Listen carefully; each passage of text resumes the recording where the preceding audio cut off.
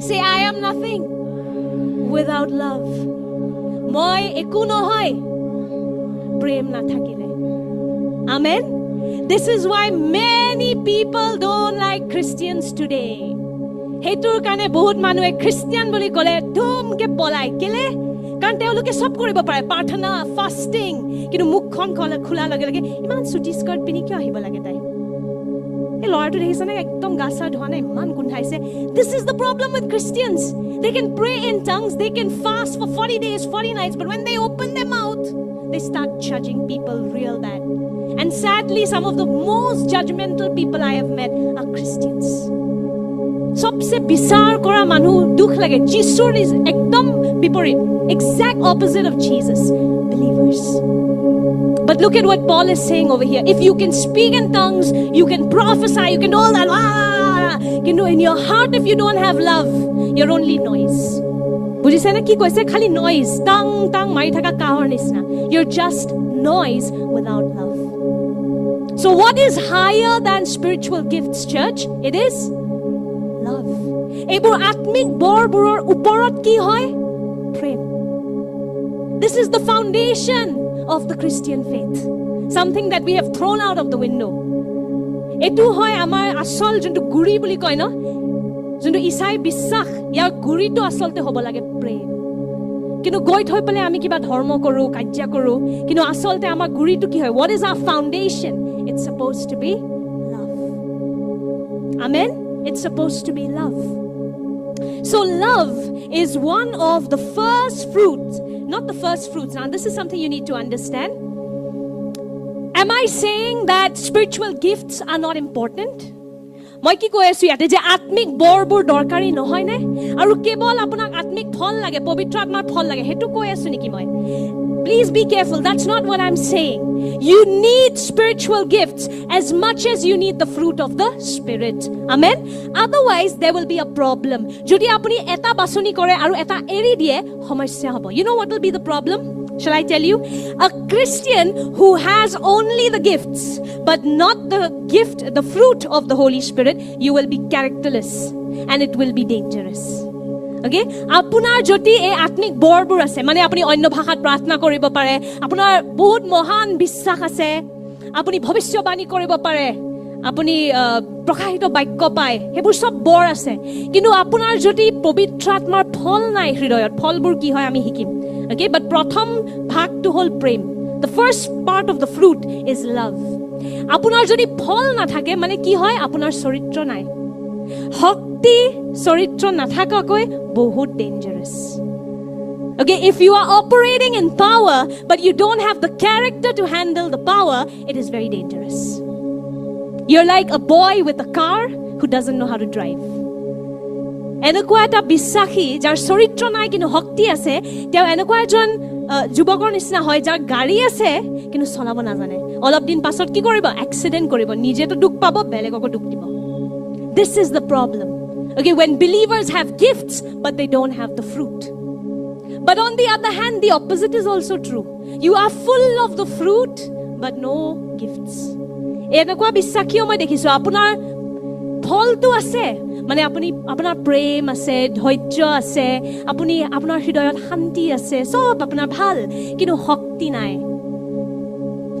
হেনেকুৱা বিশ্বাসীও শক্তিহীন বিশ্বাসীও কেৱল আধা বিশ্বাসী Amen. This will also not do if you only have fruit but you don't have gifts. Okay? That means you're a powerless Christian. That's also a problem. That's a problem because you see Christianity is not just sympathizing with somebody. When you are sick, oh man beya lagise is. That's not Christianity. You understand? বিশ্বাসী বুলি আমি যেতিয়া নিজকে কওঁ এটো কেৱল এটো নহয় যে আপোনাৰ বেমাৰ হৈছে আয়ো দেহি মান বেয়া লাগিছে তোমাৰ কাৰণে হেখিনিয়ে নহয় বিশ্বাসী আৰু এটা দায়িত্ব আছে pick up your mat and walk amen বুজি পাই আছেনে a Christian should also be the one to lay hands on the sick and say in the name of Jesus get up and walk amen are you with me so the believer's life is not supposed to be just peace patience kindness la la la and powerless hetu nohoy but only power and no character hetu nohoy You need to have a perfect balance of fruit of the Spirit and gifts of the Spirit. Amen. Apunar bhitor dutai thakibo lagibo. Dutai dorkari hoy. Pavitra atmar pholo dorkari hoy aru pavitra atmar boro dorkari hoy. Amen. Duta thakile he apunar cycle khon bhalke jabo. Moi hikaislu noy. Joabar monot ase ne bicycle or nisna. Duta tire thakile he cycle khon agbahibo. Amen. You need to have two parts. You cannot just have one. And you cannot pick and choose. Apni basoni koribole apna kono adhikar diya nai mane. Je ekhini muk nalage ekhini di solai dim nai. Jitia apuni Jisu grohon kore, sampurno package to grohon kore. Amen. When you receive Jesus, you have to receive him and everything he gives fully. Say with me, fully. Fully. Sampurno rupe. Amen. To kebol adha hole no hobo. Okay, you need to have both. Both are equally important because both are given by the Holy Spirit. Amen. Dutai atmik bor aru atmik phol. Dutai bahut dorkari kele karon dutai amak kune diye pavitra atmai. Amen. So dutai equally amar kane guruttopurno. Both are equally important for the believer. Now let me give you one basic difference before we go to fruit. The difference between gifts and fruit. Okay? Gifts, atmik bor, aru atmik phol or basic parthokyo to makoman apanak bujai diu. And I like this example that a great man of God used to use. He's no longer in this side of earth. But a very powerful example. Eta udharon di pale ma apanak bujam. So look at a Christmas tree and look at an apple tree.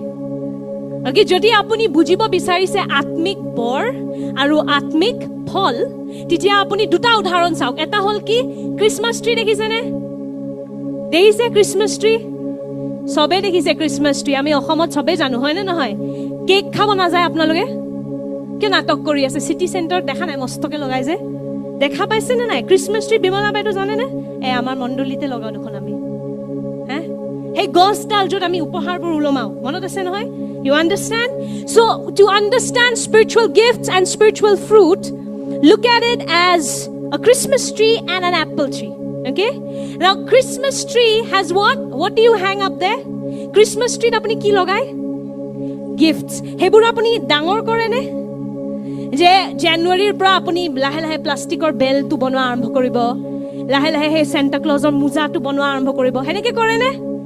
Ki kore? Bazarat jabo, kinibo, loi anibo, logai dibo. Correct? When you're talking about a Christmas tree, it's not something you cultivate. It's just something you buy, you receive, you hang it up there. Right? But what about an apple tree? Apple or gosor logot ki hoy? Apple or gos apni apple bazar pa kini ahi ulumai dile hetu apple tree hoy jabo niki? What happens to an apple tree? Can you buy the apples and hang it up there? What happens? You have to cultivate, right? First you have to sow the seed. You have to grow the tree. Then when the tree becomes mature, okay, jitia gosdal poripokko hoy, titia he tate apni lahe lahe apple dekha arambo koribo. In a sapling, do you ever see fruits? Eta horu baby gos eta dekha pai ne phol nai. Hodai poripokko hua gos tu. Always a mature tree bears fruit.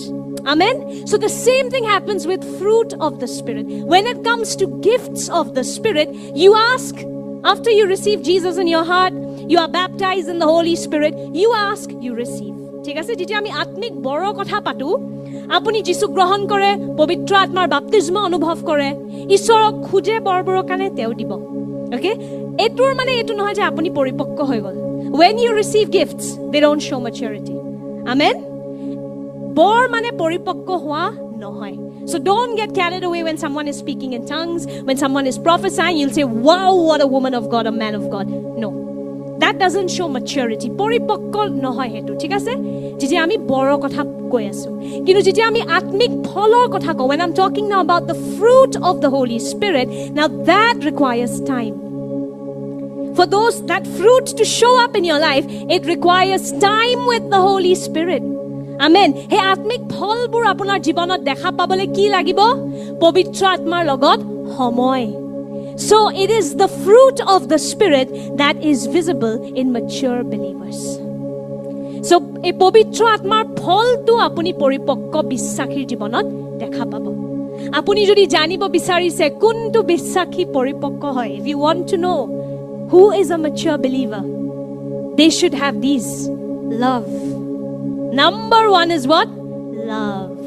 Juntu bisakhiye prem koribo najane nohoy, hetu bisakhi etiao just jonmo loise.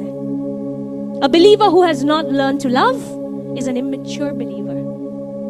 It doesn't matter what title you hold. You could be deacon, elder, pastor. It's scary. It happens. But if you don't know how to love, you are not mature in the kingdom. Apuni jodi prem koriba hika nai nohoy manuk, apuni poripokko hua nai etiao bissakhot. Amen. Are you with me? Yes, are you understanding? The sign of a mature believer is the fruit of the Spirit. Atmik phol sauk. So the first one is what? Love. After that, do you all know? Love, joy, peace, patience, kindness, goodness, faithfulness, gentleness, self-control.